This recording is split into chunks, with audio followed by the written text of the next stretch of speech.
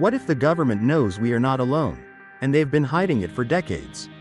Are you ready to face the truth, or the fear that everything you believe in is a lie? In a small, secret meeting room in Washington, D.C., the faint flicker of fluorescent lights overhead illuminates the tense face of David Charles Grusch. The 36-year-old former senior intelligence officer of the U.S. Air Force sits before a group of journalists and lawyers. His hands clasped together, as if trying to hold on to a secret too heavy to bear. On June 5, 2023, this moment was not just an interview, it was an explosion that shattered a decades-long silence. Grusch takes a deep breath and then delivers the statement that makes the room fall utterly still. The U.S. government is hiding the truth. We are not alone in the universe. His voice rings out, low yet sharp like a knife, cutting through the suffocating air. This is not speculation from a dreamer. It is the assertion of a man who lived within the system. Someone who has seen the dark corners the public was never meant to touch. But Grusch doesn't stop there. He leans forward, his eyes burning with determination mixed with a deep obsession. This is not a hypothesis, he says, his voice dropping as if fearing someone outside might be eavesdropping. The U.S. government has physical evidence of extraterrestrial life. We have recovered spacecraft from non-Earth species. The words land like a stone dropped into a still pond, sending ripples of disbelief through the minds of those who hear it. The camera zooms in on his face, sweat trickling down his forehead, his eyes bloodshot from lack of sleep, signs of a man who has lived with this secret so long. It has eaten away at his mind. Then, he smiles, a strange smile, both confident and uneasy, and utters the line that keeps viewers riveted. Do we have spacecraft from another species? Yes, we do. The question hangs in the air, a challenge to the world. But why did Grusch go public with this? And if he's right, where are those spacecraft? Who is holding them? His journey began in the shadowy realms of the UAP, Unidentified Aerial Phenomena, Task Force. A unit established by the U.S. Department of Defense in 2019 to investigate unidentified flying objects. Grusch was part of that system, a loyal soldier, analyzing radar data, listening to the accounts of pilots who had encountered objects moving faster than sound, leaving no trails or signs of propulsion. But then, he discovered a boundary, a hidden wall that even people like him were not allowed to cross. Everything changed on a cold night in 2020. At a remote military base in Nevada, Grusch was invited to a private meeting, where he hoped to finally see the whole truth about UAPs. But instead of a stack of files, he was met with a cold stare from a senior officer, followed by a simple, blunt statement. You don't have the clearance to know. The door slammed shut in front of him, the sound of the lock clicking echoing like a warning. I stood there, in the dark hallway, hearing footsteps fade away. Grusch recounts, his voice trembling with a mix of anger and helplessness. I wondered, if we aren't allowed to know, then who is? And what are they hiding on the other side of that door? That refusal didn't make Grusch give up. It stoked the flames of curiosity within him. He began to dig deeper, silently reaching out to those who had worked in classified programs, former intelligence officers, aerospace engineers, and even a few current staff members willing to risk everything to tell the truth. The meetings took place in the shadows, a quiet cafe on the outskirts of Virginia, an empty parking lot under the flickering streetlights, or an old warehouse in Maryland, where the scent of rust and motor oil mixed in the air. One man, who went by the name Mark, a pseudonym, sat across from Grusch on a rainy night, his face hidden beneath a baseball cap. They didn't just see them. Mark whispered, his voice thick with fear as though the walls themselves had ears. They collected them, crashed ships from the sky, or landed with no one knowing why. I touched one. It was cold, smooth like glass, but harder than steel. It didn't belong to Earth. Mark's account was not the only one. An elderly engineer, who had worked in New Mexico, spoke of a crash in 1953, a disc-shaped ship, bigger than a warehouse, lying in the desert with scorched marks along its body. The military arrived at night, he said, his eyes clouded with age but still gleaming as he recalled. They sealed everything, took it away on tarp-covered trucks. I heard a screech, not the wind, but like something still alive inside. Another officer whispered about a biological entity, not human, not animal, found among the wreckage, with gray skin and enormous black eyes that didn't reflect light. They took it somewhere, he said, his voice trembling. I don't know where, but I saw them fear it. These fragments slowly began to form a horrific picture in Grusch's mind. The US government not only knew about UFOs, they had recovered them, studied them, and kept it all hidden from the public. But why? Grusch began to suspect this was not just a national security issue, it was a cover-up that spanned decades. From the 1947 Roswell incident to events that had never been made public. I've heard of a program, he revealed during the interview, his gaze darkening as he recalled. They call it Eclipse, a top-secret project where the ships are kept in underground bunkers. From Nevada to Alaska, they didn't just collect them, they analyzed them. They experimented, but no one is allowed to ask why. This truth turned Grusch into a hunted man. He began to feel the shadows closing in, strange cars parked outside his house at night, his phone lines buzzing with static for no reason. And once, an anonymous message appeared on his screen. Stop, or lose everything. But Grusch didn't stop. He gathered evidence, recorded secret conversations, and finally, in June 2023, he went public with everything. I'm not doing this for fame, he said, his voice choked as he looked directly at the camera. I'm doing it because we have the right to know if they've recovered extraterrestrial ships. If they're holding them in their hands, then we deserve to know where they are, and who's behind that door. Grusch's story opens a cascade of chilling, unanswered questions. How did these ships fall to Earth, an accident? Or intentional? If they landed, who was controlling them? And what did they want? Grusch tells of one night when he stood outside a Nevada base, looking up at the starry sky, and heard a low screech in the distance, not a plane, not whined, but like a whisper from an endless void. They're out there, he says, his voice cracking from the memory. And if we have their ships, are they trying to get them back? The drama didn't stop with Grusch's account. A week after the interview, his apartment in Virginia was broken into. Nothing was stolen, but the documents on his desk were disturbed. Like a silent warning. They want me to be afraid, he says, his hands gripping the chair tightly as he recalls to reporters. But I'm not afraid anymore. The truth is too big to be buried. But what is that truth? Did Grusch truly uncover humanity's ultimate secret? Or is he just a man caught up in the fever of rumors? And if he's right, if those ships are in the hands of the government, what will happen when we can't hide it any longer? Grusch stands alone under the night sky, the wind blowing through his hair, his eyes looking up at the twinkling stars. A faint screech echoes in the distance. Natural or supernatural? The question lingers. If they've been here, and we've taken their things, are they watching us right now? And when they come back, what will we do? 2. The secret program and protection of alien technology. On June 5, 2023, in a secluded room in Washington, D.C., the flickering fluorescent lights overhead cast a dim glow onto the tense face of David Charles Grusch.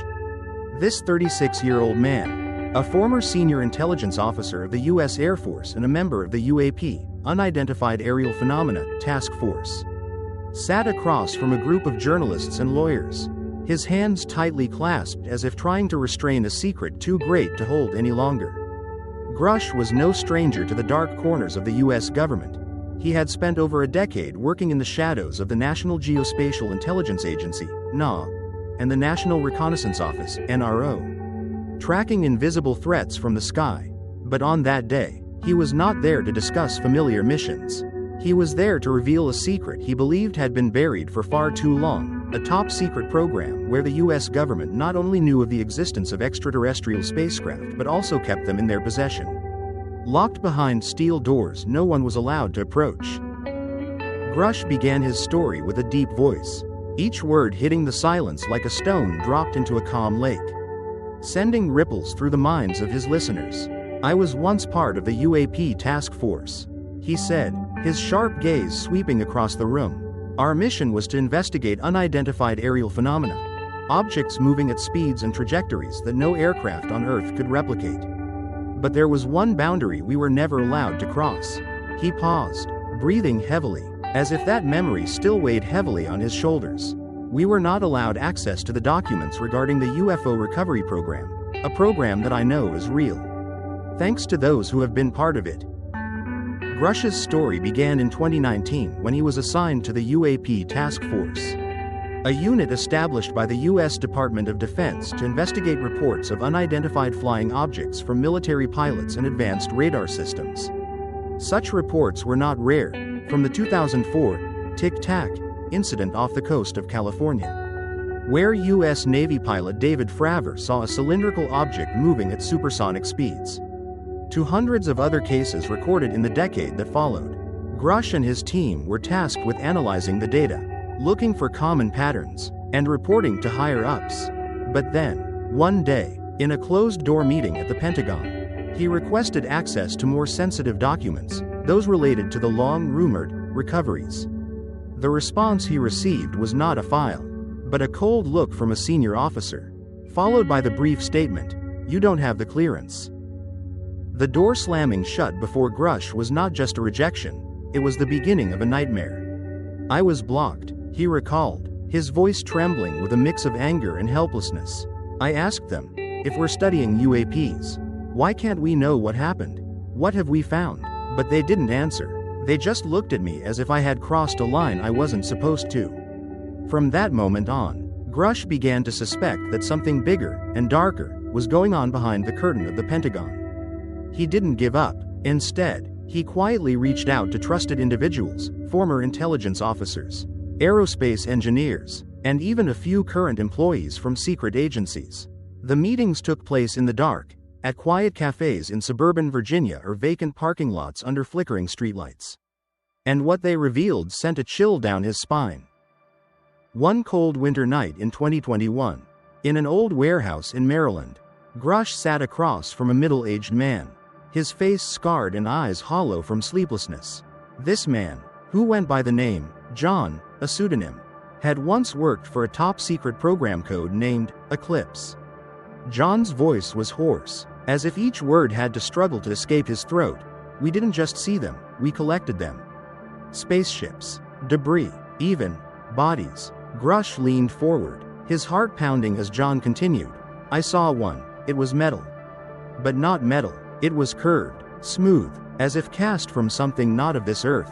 They keep it in a vault in Nevada, deep underground, where no one but the chosen few can enter." John paused, glancing out the window as if afraid someone was watching. "They say it's a national security issue. But I think they're afraid that if the public finds out, everything will collapse." John's story was not unique. Over the next 2 years, Grusch met with dozens of others, from engineers who had analyzed UFO debris to officers who had witnessed recoveries in New Mexico and Texas. One person described a 1953 crash in Arizona, where the military sealed off a small town for 3 days, taking away a disc-shaped object larger than a football field. Another whispered about a being, neither human nor animal, found in the wreckage, with pale gray skin and enormous black eyes that did not reflect light. "They don't want us to know," a former officer told Grusch over the phone, his voice trembling with fear. "They say it's to protect us.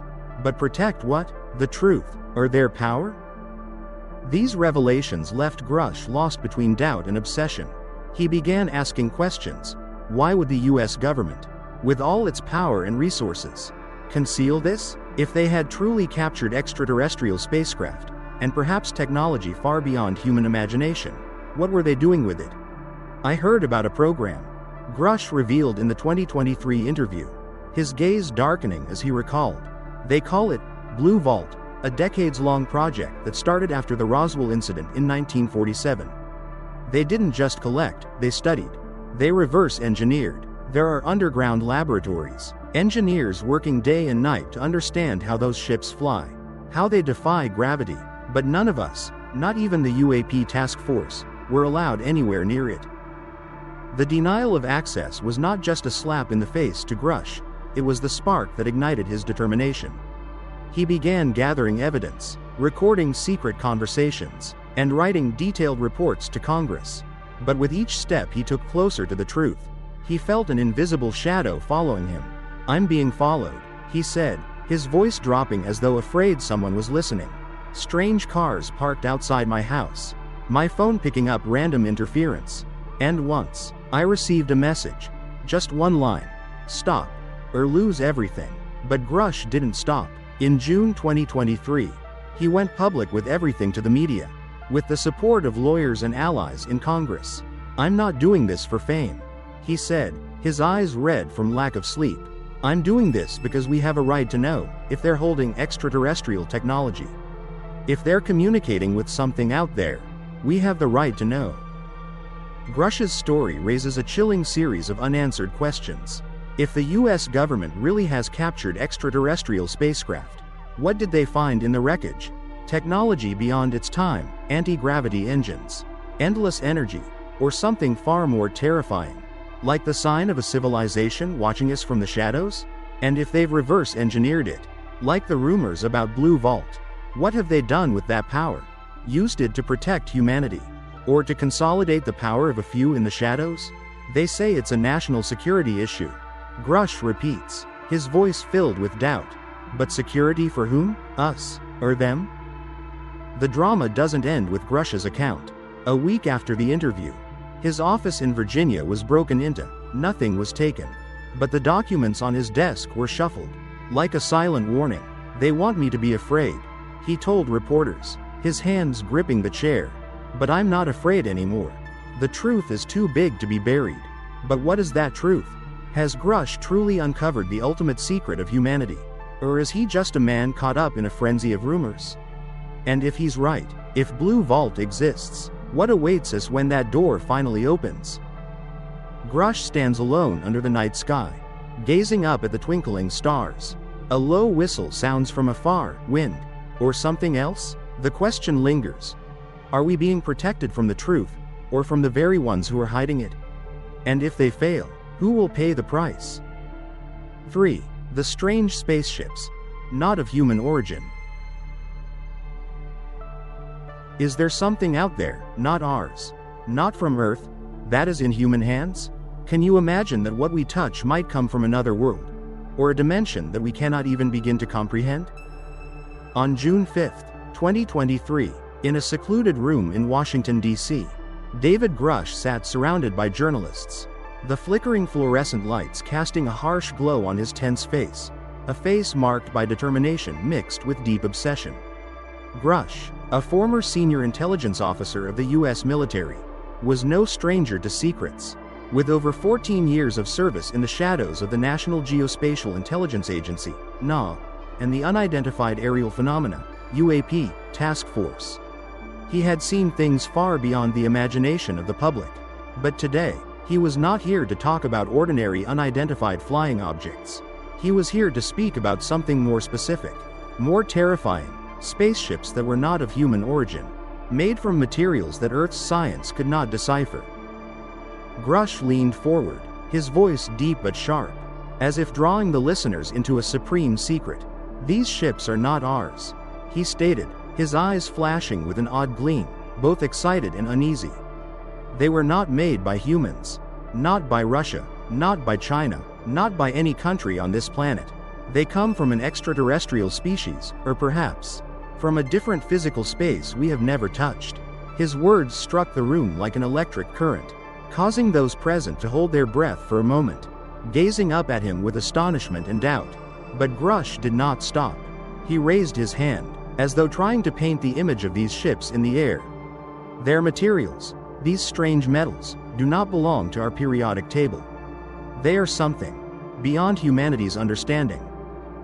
The intensity grew as Grusch recounted a memory that he could not erase from his mind. I heard from insiders, he said, his voice dropping as if fearing someone might be eavesdropping outside the door. An engineer who worked in the recovery program told me about a fragment, not large, just the size of a hand. But when he touched it, it wasn't cold, it wasn't hot, it felt like it was alive. It vibrated lightly, as if reacting to him. Grusch paused, took a deep breath, and continued. We cannot understand where the materials these ships are made from come from. It's a mixture of elements we've never seen, not iron, not titanium, not anything in our labs that we can replicate. His words rang out like a challenge, keeping the listener's eyes fixed on him. Then, he smiled, a mysterious, meaningful smile, and posed a question that sent chills down everyone's spine. How could these materials change our lives if they were studied widely?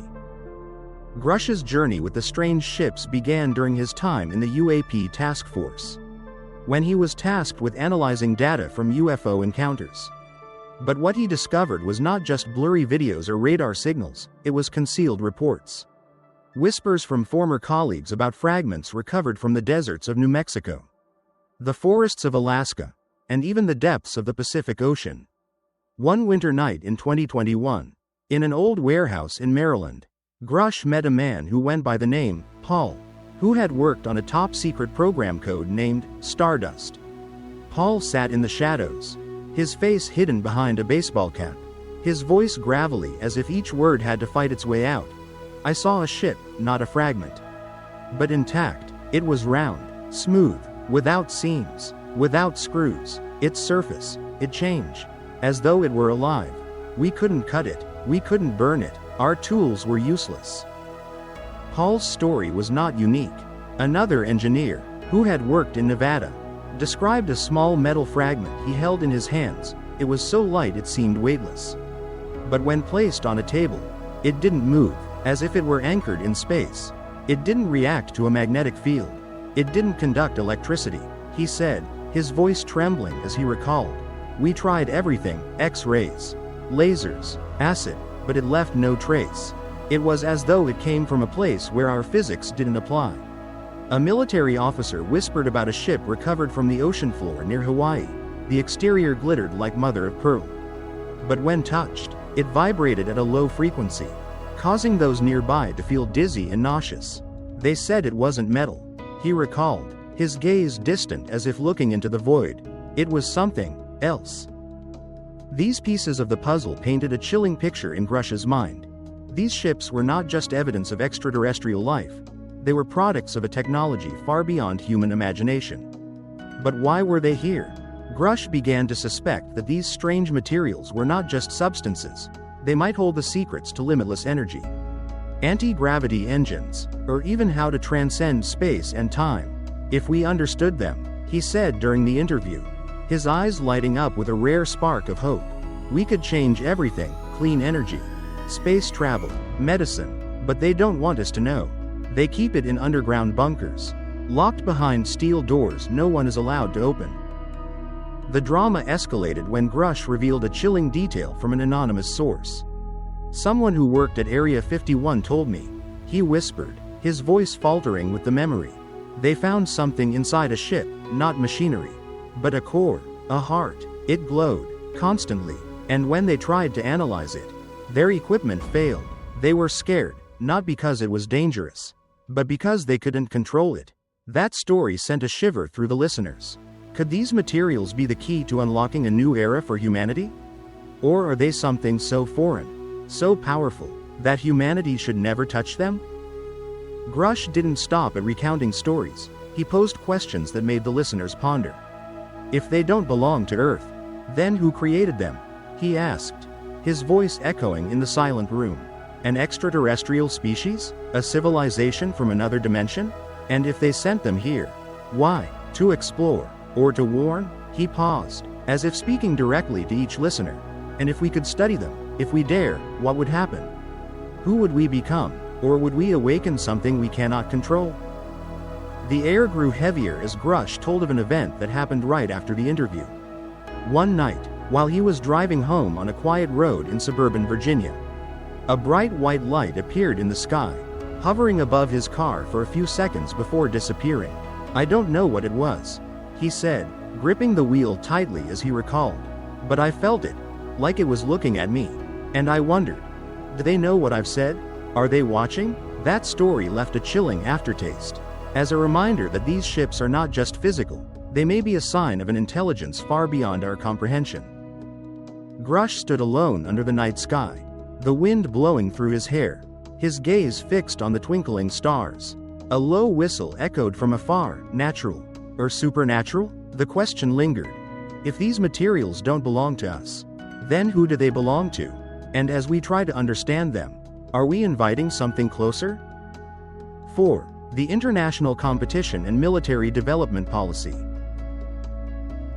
What will happen if the world's largest nations are racing to harness extraterrestrial technology? Are we moving towards global peace thanks to secrets from the skies, or an unimaginable war? David Grusch didn't just stop at revealing the existence of extraterrestrial spacecraft in the hands of the US government. He took the story in a much more terrifying direction, where the world's superpowers are turning cosmic secrets into weapons in a relentless competition. On June 5, 2023, in a secluded meeting room in Washington, D.C., Grusch sat among the journalists, the flickering fluorescent lights casting a harsh glow on his weathered face, a face that had witnessed the darker corners of U.S. military intelligence during his over 14 years of service at the National Geospatial Intelligence Agency, NA, and the UAP Task Force. But today, he wasn't just talking about the U.S., he was talking about a global race between the U.S., Russia, China, and possibly other nations to possess and exploit UFO technology, turning it into military power beyond anything humanity has ever known. Grusch leaned forward, his voice deep but sharp, as though pulling the listeners into a secret that threatened not only the US but the entire world. This isn't just America's story, he asserted, his eyes flashing with a cold light, both a warning and an obsession. Our adversaries, Russia, China, and other nations, are doing the same. They're not just secretly collecting extraterrestrial spacecraft. They're using them for military purposes. We're in a new Cold War, an endless race to understand and control these technologies. His words hit the room like a cold wind, making those present feel a profound sense of unease. If Grusch was right, Earth was facing not only an external threat, but also the possibility that nations were ready to turn space into a battlefield. The plot thickened when Grusch recounted a story he had heard from a trusted source in intelligence. I met a former Russian officer through a secret channel in 2022. He said, his voice dropping as if fearing someone might be listening. He told me about a recovery in Siberia in 1989, a triangular-shaped craft that crashed in the taiga forest on a moonless night. The Soviet military arrived before dawn, sealed off the area within a 50-mile radius, and transported it on an armored train. He said they didn't just keep it, they dissected it, trying to recreate its engine. And they succeeded, partially. Grusch paused, took a deep breath, then continued. This isn't just America's game. Our adversaries are also exploiting this technology, and we're racing to not be left behind. His words echoed like a warning bell, making the listeners wonder, if Russia had made a breakthrough, what was China doing, and what about America? Grusch's intelligence career had given him deep insight into how nations operate in the shadows.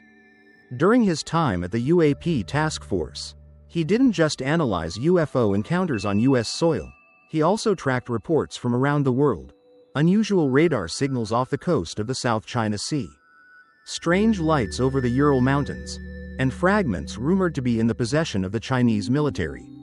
One winter night in 2021, in a secret meeting in suburban Berlin, Grusch spoke with an engineer who had worked for a Chinese military conglomerate. The man, known only as Li, whispered with a trembling voice.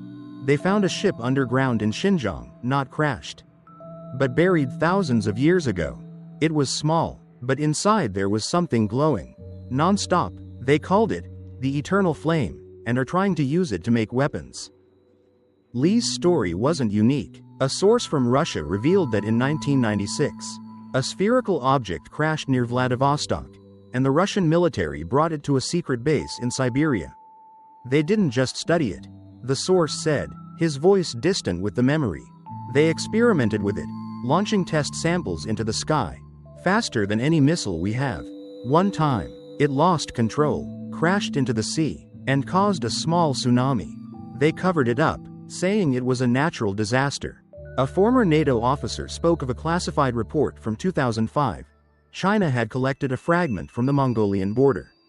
And within 2 years, they developed a new radar-resistant material, harder than steel but as light as plastic, that was believed to be inspired by a UFO. They didn't share, he said, his gaze darkening. They kept it to themselves. And so did we. These stories painted a chilling picture in Grusch's mind. a global arms race. Not based on missiles or nuclear weapons, but on extraterrestrial technology. But why would nations keep this secret instead of cooperating? Grusch suspected that this wasn't just about power, it was about fear. "I've heard of a program in the US," he revealed, his voice lowering as if telling a forbidden tale. "They call it Shadow Forge, a top-secret project to recreate UFO engines. They've succeeded in making a flying prototype, no wings, no jet engines, just hovering and moving at unimaginable speeds. But they're not going public. Because if Russia or China knows, war will start immediately." The drama escalated when Grusch recounted an event he witnessed through classified documents. In 2018, a US military satellite detected an unusual object in the Arctic sky. He said, gripping the edge of his seat as he recalled, "It was moving 3 times faster than any of our aircraft. Then stopped in midair, no deceleration, no oscillation. We thought it was a UFO. But then the Russian radar detected it too. And within 24 hours, they launched a new test missile, faster than anything they had before. They're learning from these ships. And so are we." That story sent chills down the listeners' spines. Were these nations pushing humanity toward the brink of a new war? A war not fought with guns and missiles, but with technology from other worlds? Grusch didn't just stop at recounting stories, he posed questions that made listeners reflect. If we're all exploiting this technology, who will be the first to control it? He asked, his voice echoing in the silent room. The US, Russia, China, or some other force we don't know about? And if they turn it into a weapon, what will happen? An era of peace through superior power? Or destruction from greed? He paused, as if speaking directly to each listener. And if these nations fail to control it, if this technology turns against us, who will pay the price? The atmosphere grew heavier as Grusch revealed a chilling detail from an anonymous source.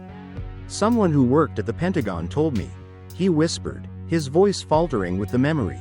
"They discovered a ship in Alaska in 2009, not crashed, but intentionally landed. Inside, they found a signaling device, not for us, but for something out there. They turned it off, but a few weeks later, radar detected another object in the sky, larger, faster. They think it came to find the lost ship."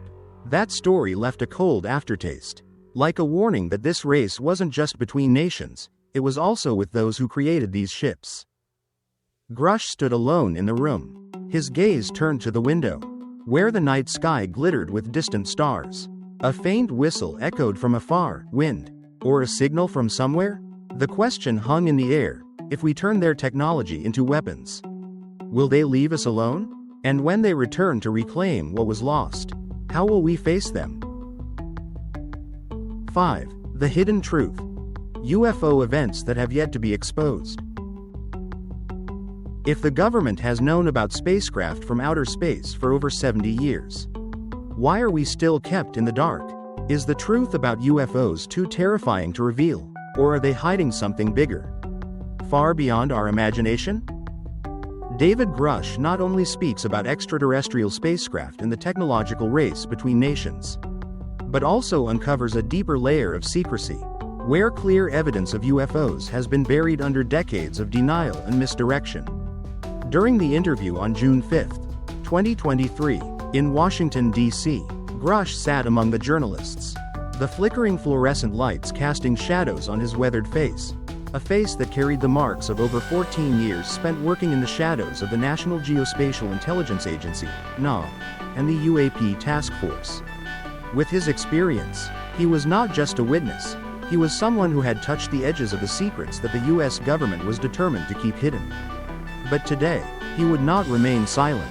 He spoke about the documents that had been hidden, the events that had been distorted, and a truth the public was never allowed to know.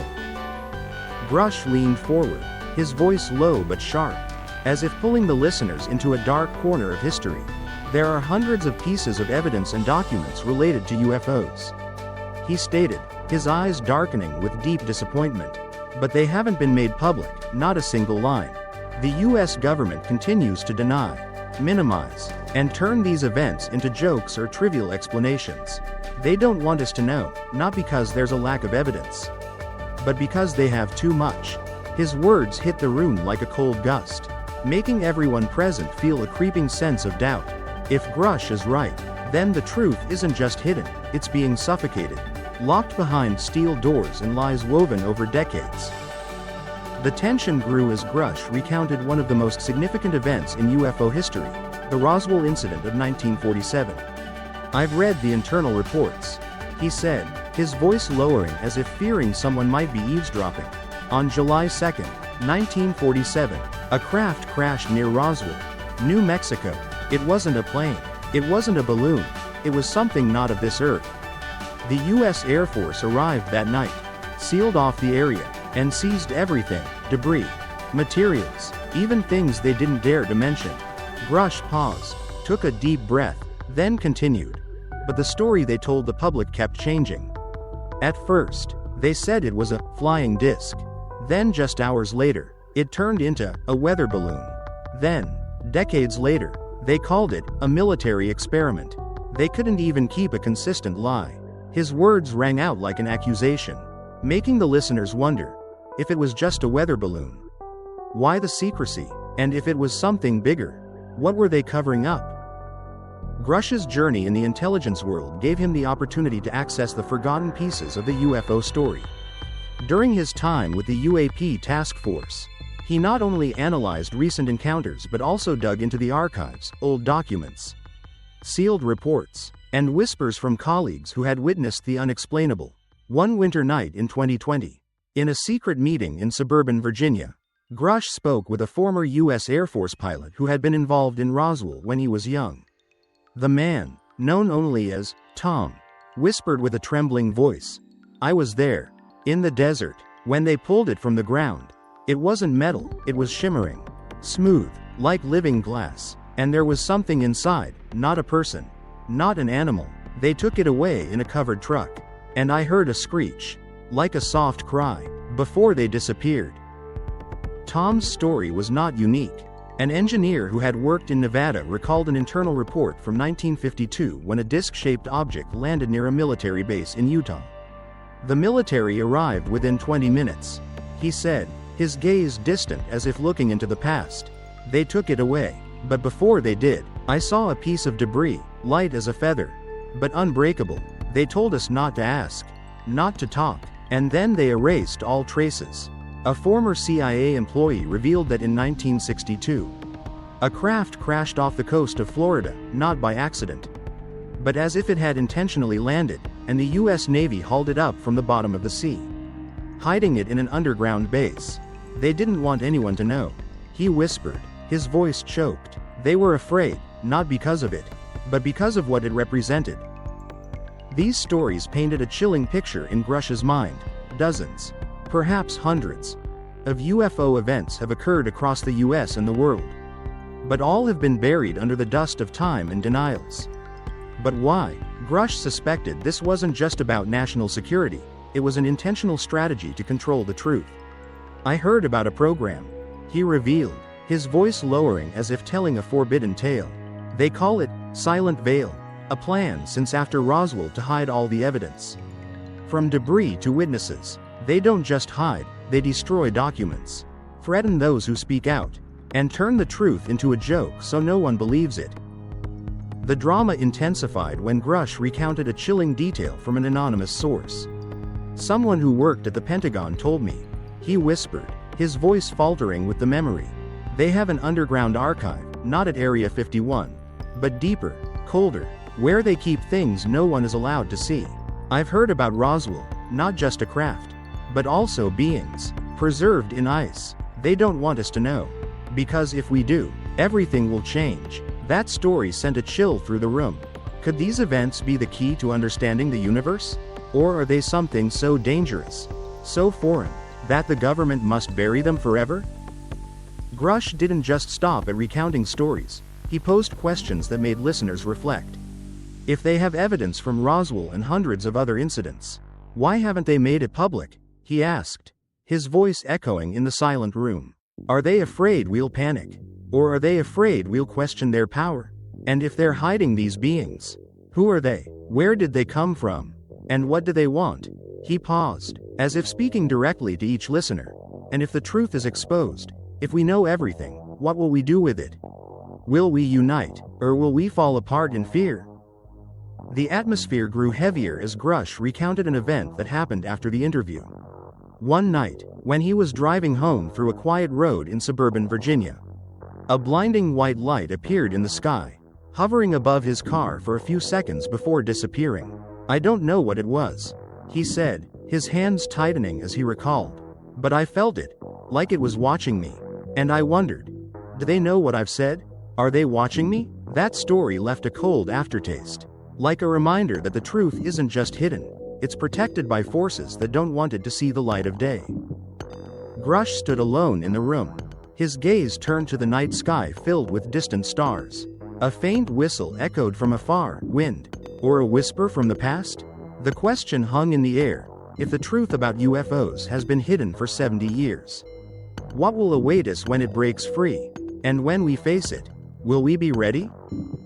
6. Why do UFOs fall?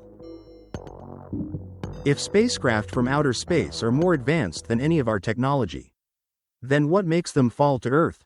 Is their perfection just an illusion? Or is there some force quietly making them fail right in our skies? David Grusch has drawn listeners into a mysterious labyrinth with his revelations about extraterrestrial spacecraft. From their strange materials to the global military race and the hidden events. But during the interview on June 5, 2023, in Washington, D.C., he offered a new perspective, a seemingly simple question that opens up terrifying depths. Why do these ships fall? Grusch, a former senior military intelligence officer with over 14 years working in the shadows of the National Geospatial-Intelligence Agency, NGA, and the UAP Task Force, is not just a storyteller. He's the one asking the questions, challenging the belief in the invincibility of extraterrestrial technology. And his answer not only sparks curiosity, it sends a chill down your spine. Grusch leaned forward, his voice deep but sharp, as if pulling the listener into an unsolved mystery. We often think that these ships, with their unbelievable speed, their ability to defy gravity, are perfect, he said, his eyes flickering with a strange light, both curious and doubtful. But they still fall. Despite being extremely advanced, they can still fail, be destroyed, just like our planes or cars. I've seen the evidence, pieces scattered across the desert, ships shattered at the bottom of the sea. They are not invincible. His words hit the room like a cold breeze, making those present feel an uneasy sense of doubt. If technologies far beyond humanity can still fail, then what happened? And more importantly, why? The tension escalated when Grusch shared a perspective that made the listeners unable to look away. Even with advanced technology, failures can still occur, he said, his voice lowering as if revealing a hidden truth. Nothing is perfect, not ours. And not theirs. I've heard from insiders, engineers, officers, that these ships didn't just fall due to accidents. Something is making them lose control, as if they are being pulled down to Earth by a force we don't understand. Grusch paused, took a deep breath, and continued. This raises a question. What is the weakness of these technologies? Despite being far superior to humanity, why are they lying shattered on our land? His words rang out like a challenge, making the listener wonder, are these ships truly symbols of ultimate power? Or do they also have flaws their creators never expected? Grusch's journey in the intelligence world gave him the opportunity to access stories the public only knows through rumors. During his time with the UAP Task Force, he not only analyzed encounters but also studied reports about crashes, from Roswell in 1947 to lesser-known events in South America and the Arctic. One winter night in 2021, during a secret meeting at an old warehouse in Nevada, Grusch spoke with an engineer who had worked on UFO debris analysis. The man, known under the alias James, whispered with a trembling voice, "I saw a ship, not intact, but shattered. It crashed in Arizona in 1965. And when we arrived, it was still hot, not burned, but as if it had been melted from the inside. I don't think it was an accident. Something attacked it, made it lose control." James's story was not unique.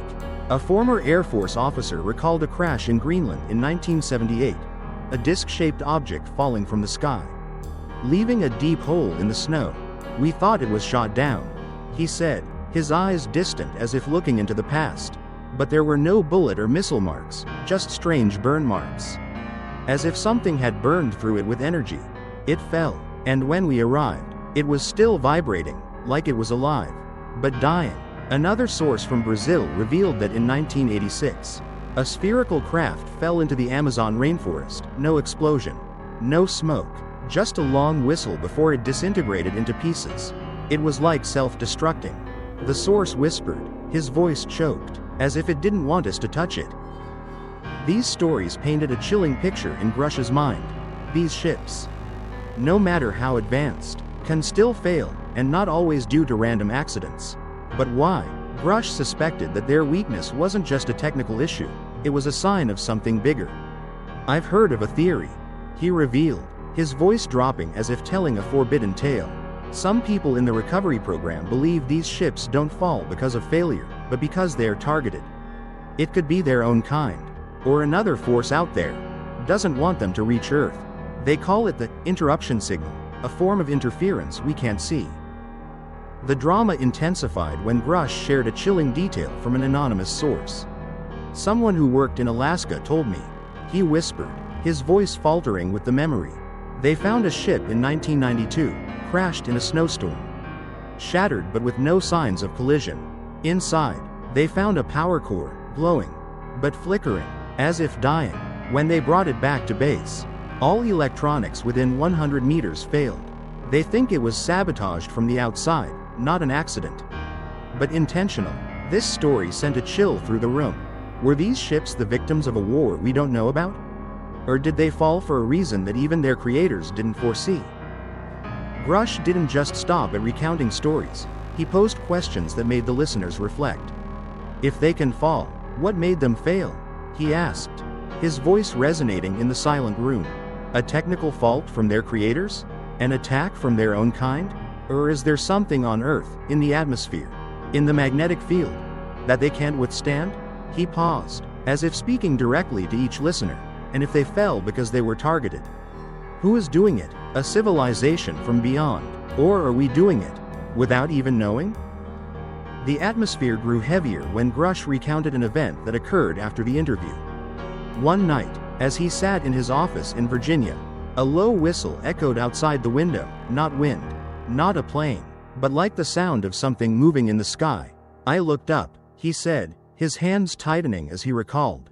And I saw a light, small, fast, then it disappeared. I don't know what it was. But I wondered, did it fall? Or was it looking for something that had fallen? This story left a cold aftertaste.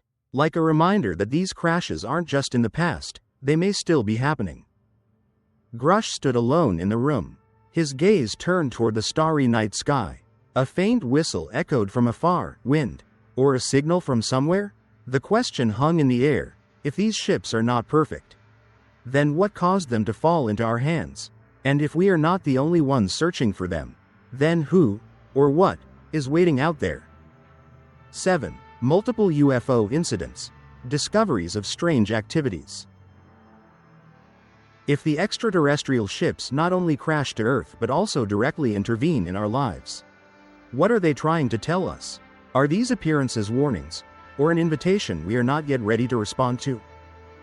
David Grusch has guided us through a mysterious labyrinth, from shocking revelations about the existence of extraterrestrial spacecraft in the hands of the US government, to strange materials not of Earth, the global military race, and hidden events like Roswell, to the reasons why these advanced ships crash. But his story doesn't stop at debris or secret underground bunkers. In the interview on June 5, 2023, in Washington, D.C., Grusch opened a new chapter, a chapter about unexplained UFO appearances. Not only leaving traces but also altering the way we operate in the world. With more than 14 years working in the shadows of the National Geospatial Intelligence Agency, NGA, and the UAP Task Force, Grusch doesn't just know about crashes, he knows about the times they appeared, acted, and left questions that no one dares answer. Grusch leaned forward, his voice deep but sharp, as if pulling the listener into a buried secret that spans decades. For over 70 years, the US government and related agencies have encountered UFOs that defy explanation. He asserted, his eyes darkening with a mixture of astonishment and concern.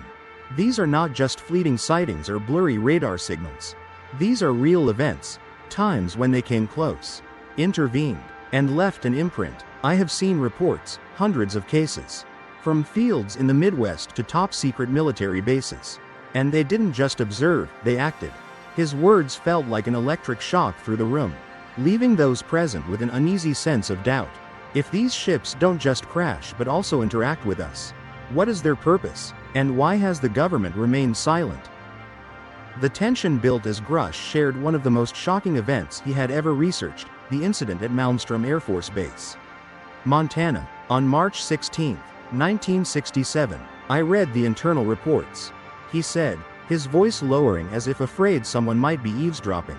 That night, a ship appeared over Malmstrom, not a plane, not a satellite, but a bright disc-shaped object hovering over the base. It descended, nearly touching the ground, and within minutes, 10 Minuteman nuclear missiles in the silo were completely deactivated. No one pressed a button. No one attacked. They just stopped working. Grusch paused, took a deep breath, and continued. It wasn't a joke. And there was clearly a message being sent here. Witnesses, pilots, technicians, said they felt a pressure wave, as if the air was compressed when it got close. His words rang out like a warning bell, making the listener ask, if they can deactivate our nuclear weapons, what do they want? Grusch's journey in the intelligence world gave him deep insight into UFO incidents. Not only crashes but also operations on Earth's soil.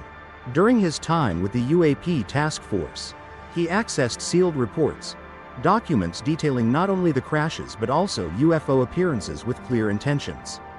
One winter night in 2021, during a secret meeting in the outskirts of Colorado, Grusch spoke with a former Air Force officer who had been at Malmstrom in 1967. The man, known by the alias Robert, whispered with a trembling voice, "I saw it, bright as the sun. But it didn't emit heat. It hovered above the missile silo. And I heard a hum, not mechanical, but like a whisper. When it left, everything returned to normal. But we knew.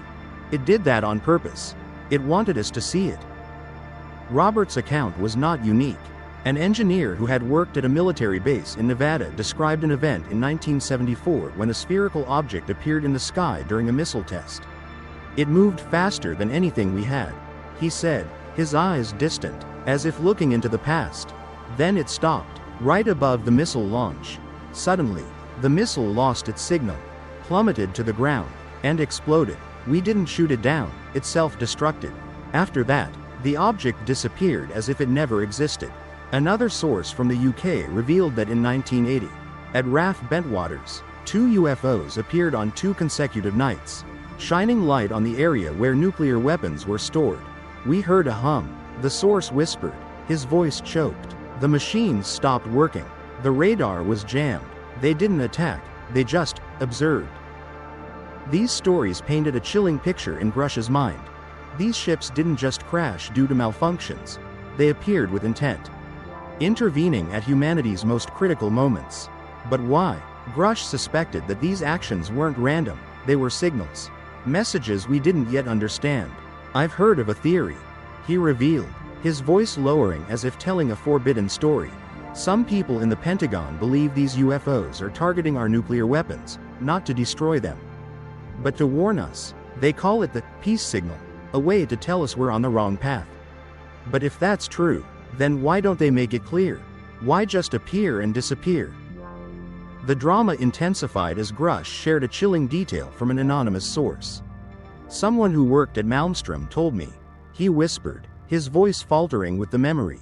"After the UFO left in 1967, they found a small piece of metal near the missile silo, not from our missile, but from something else. It vibrated, emitting a low frequency, and when they brought it into the lab, all equipment within a 100-meter radius malfunctioned. They thought it was left there on purpose, like a gift. Or a threat." This story sent a chill through the room.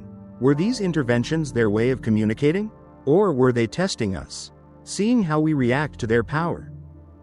Grusch didn't just stop at recounting stories. He posed questions that made the listener reflect. If they can shut down nuclear missiles, what else can they do? he asked, his voice echoing in the silent room. Are they here to help us? Or to stop us from self-destructing? And if this is a message, why aren't we listening? Why aren't we responding? He paused, as if speaking directly to each listener. And if they return, if they appear again, with even more power, what will we do? Will we understand, or will we be afraid? The atmosphere grew heavier as Grusch recounted an event that occurred after the interview. One night, as he drove along a quiet road in Virginia, he heard a low whistle in the sky, not wind, not an airplane, but like something moving above. I stopped the car, he said, his hands tightening as he recalled. I looked up, and I saw a light, dim, hovering, then disappearing. I don't know what it was, but I wondered, was it watching? Did it bring a message I didn't understand? This story left a cold aftertaste, like a reminder that UFO incidents aren't just in the past, they're the present, and possibly the future. Grusch stood alone in the room, his gaze turned to the starry night sky. A faint whistle echoed from afar, wind, or a signal from somewhere? The question hung in the air, if these UFOs are sending messages through each appearance. Are we missing something? And when they decide to speak clearly, will we be ready to listen? 8. The strategy of concealment, the cost of secrets. If we have access to technology from the stars, why is humanity still stuck in the darkness of its own making? Is the silence of governments merely a veil, or a chain binding the future of humankind? David Grusch has taken us through an eerie journey, from shocking revelations about extraterrestrial spacecraft, strange materials not from Earth, the global military race, hidden events like Roswell, the reasons why UFOs crash, to times when they intervened in nuclear missiles. But in the interview on June 5, 2023, in Washington, D.C., he shifted focus to a new aspect, a harsh critique of the decades-long concealment strategy by the U.S. government and other nations. With over 14 years of working in the shadows of the National Geospatial-Intelligence Agency, NGA, and the UAP Task Force, Grusch is not just a witness, he's someone who was trapped within the system. And now, he stands up to reveal the cost humanity pays for secrecy. Grusch leaned forward, his voice deep but sharp, as if drawing the listener into a truth that had been hidden too long. The US government, and not just the US, but also Russia, China, and many other countries, has built a wall of silence around the existence of UFOs and extraterrestrial technology. He asserted, his eyes blazing with a mix of anger and regret. They don't just conceal evidence, they lock away wreckage, spacecraft, and secrets that could change the world. I believe this strategy has delayed our progress in the most critical fields: energy, materials science, medicine, space travel. We should have advanced further. But instead, we're being held back. His words felt like a cold wind blowing through the room, leaving those present with a deep sense of disappointment. If Grusch is right, then the concealment is not just a protective action, it's a crime against humanity. The tension mounted as Grusch posed a question that made the listeners unable to look away. Why isn't this technology being shared? He asked, his voice dropping as if accusing an invisible force. If we could study and develop it, if we dared open those doors, then all of humanity would advance incredibly quickly.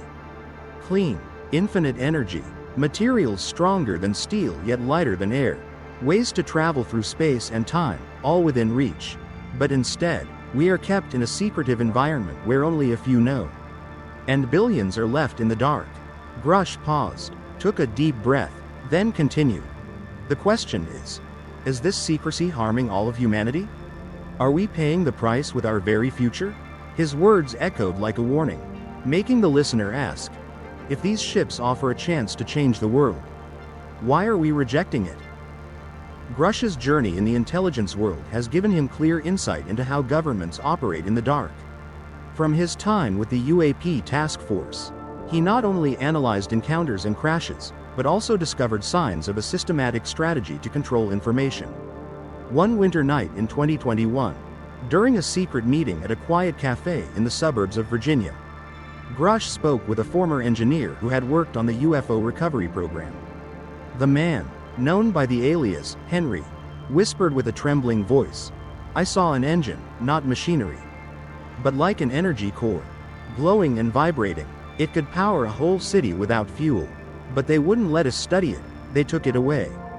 Hid it in an underground facility in Nevada, and said it was a national security issue. Henry's account was not unique. A former CIA officer recounted a report from 1970 when a UFO fragment was analyzed at a secret laboratory in California. It was a composite, he said, his eyes distant as if looking into the past. Lighter than aluminum but could withstand thousands of degrees.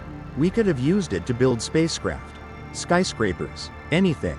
But they ordered us to burn the documents, lock away the sample, and threatened us if we spoke. Another source from Russia revealed that in 1985, Soviet scientists discovered a UFO metal fragment that could self-repair, cuts healed like living skin. They wanted to study it. The source whispered, his voice choked, but the Kremlin ordered it to be hidden, saying the world wasn't ready. These stories painted a terrifying picture in Grusch's mind. Extraterrestrial technologies don't just exist, they hold the potential to change the lives of billions. But they are buried under the dust of secrecy. But why? Grusch suspected that this wasn't just a matter of security, it was fear of losing control. I heard about a policy, he revealed, his voice dropping as if telling a forbidden tale. They call it Dark Horizon, a global strategy among superpowers to keep everything about UFOs secret. Not because they fear public panic, but because they fear losing power. If we had infinite energy, if we didn't need oil or coal, if we could fly into space, then who needs governments? The drama escalated as Grusch shared a chilling detail from an anonymous source. Someone who worked at the Pentagon told me, he whispered, his voice faltering with the memory. They have an underground lab, not in Area 51, but deeper, in New Mexico, where they experimented with an energy core from a UFO. It worked, powering an entire base for 3 days without any external source. But then it exploded, not large, but enough to destroy the lab. They covered it up, said it was a chemical accident, and forbade any further research. This story sent a chill through the room. Is this secrecy keeping us from reaching the future? Or is it protecting us from things we're not ready to face? Grusch didn't just stop at recounting stories, he posed questions that made the listener reflect. If we could harness this technology, why aren't we? He asked, his voice echoing in the quiet room. Are they afraid of our progress? Or afraid we'll surpass them? And if this secrecy continues, what will we lose? A world without hunger, disease, or war? Or just the chance to become part of the universe? He paused, as if speaking directly to each listener. And if the cost of secrecy is humanity's stagnation? Who is benefiting? The ones in power, or something greater, manipulating from the shadows? The atmosphere grew heavier as Grusch recounted an event that occurred after the interview. One night, while checking his email at home in Virginia, he received an anonymous message. Stop, or we'll slow it down even more. No sender, no origin, just that line, followed by a low whistling sound outside his window moments later. I don't know who it was, he said, his hands tightening as he remembered. But I wonder, do they fear me speaking out? Or do they fear I'm right, that this truth could destroy everything they've built? This story left a chilling aftertaste, like a reminder that concealment is not just the past, it's a living force, active right now. Grusch stood alone in the room, his gaze turned to the starry night sky. A faint whistle echoed from afar. Wind, or the whisper of a truth kept imprisoned? The question hung in the air. If this secrecy is harming humanity, who will break it? And when we do, will we be strong enough to endure what comes next? 9. The final revelation. The terrifying story and the opportunity for the future. If we not only know about extraterrestrial beings but have also made contact with them, what does that say about humanity? Are we standing at the threshold of a great future, or facing a dark secret that will change everything we think about ourselves? David Grusch has taken us on a haunting journey, from shocking claims about extraterrestrial spacecraft in the hands of the US government, to strange materials not from Earth, the global military race, hidden events like Roswell, the reasons why UFOs crash, interventions in nuclear missiles, to the price of a secret strategy. But in the interview on June 5, 2023, in Washington, D.C., he took the story to a new height, A final revelation that not only affirmed what he had said earlier but also opened a door filled with mystery and danger regarding the relationship between humanity and intelligent extraterrestrial beings. With over 14 years of working in the shadows of the National Geospatial Intelligence Agency, (NA), and the UAP Task Force, Grusch is not just a witness, he is someone who is ready to face the biggest questions, no matter how terrifying they may be. Grusch leaned forward, his voice deep but sharp, as if drawing the listener into a truth beyond imagination. "What I'm saying may be the truth," he asserted, his eyes burning with determination mixed with deep concern. "I'm not here to make up stories, I'm here because I've seen the evidence, heard the accounts, and touched the edge of a secret bigger than all of us. But this is not just about spacecraft or technology. It raises bigger questions about the existence of an intelligent species outside Earth, and more importantly, about whether we've communicated with them. I believe the government, not just the US, but perhaps other countries as well, has signed agreements with them." His words struck like an electric shock, leaving those present in awe and fear. If Grusch is right, humanity is not just the hunter, we could be partners, or even prey, in a cosmic game we don't yet understand. The tension escalated when Grusch posed a question that made the listeners unable to look away. "Have we signed an agreement with extraterrestrial beings?" he asked, his voice dropping as if accusing an invisible force. "We need to know this truth, not to panic, but to understand our place in the universe. I've heard from insiders that there have been meetings, not just collecting wreckage, not just observing, but actual communication. They talk about agreements made in the dark, promises we were never told." Grusch paused, took a deep breath, then continued. "This opens a door to a future filled with mystery and danger, a future where we are not just victims of secrecy but part of it." His words rang like an alarm bell, making the listener ask, if we've made contact with them, what is the cost, and who sold humanity's soul to make that happen? Grusch's journey in the world of intelligence has given him deep insight into the dark corners the public will never see. From his time at the UAP Task Force, he not only analyzed crashes or interventions, but also uncovered signs of a larger truth, hidden beneath the dust of time. One winter night in 2021, during a secret meeting in a deserted parking lot in Maryland, Grusch spoke with a former intelligence officer who had participated in a highly secretive program called Echo Protocol. The man, known by the alias Victor, whispered with a trembling voice, "I was there, in 1954, at a base in Nevada. They took us into an underground facility, not to study a ship, but to meet something. It wasn't human, tall, thin, with black eyes like an abyss. It didn't speak, but I felt it in my head. They signed an agreement, I don't know the details, but I heard the word, exchange." Victor's account was not unique.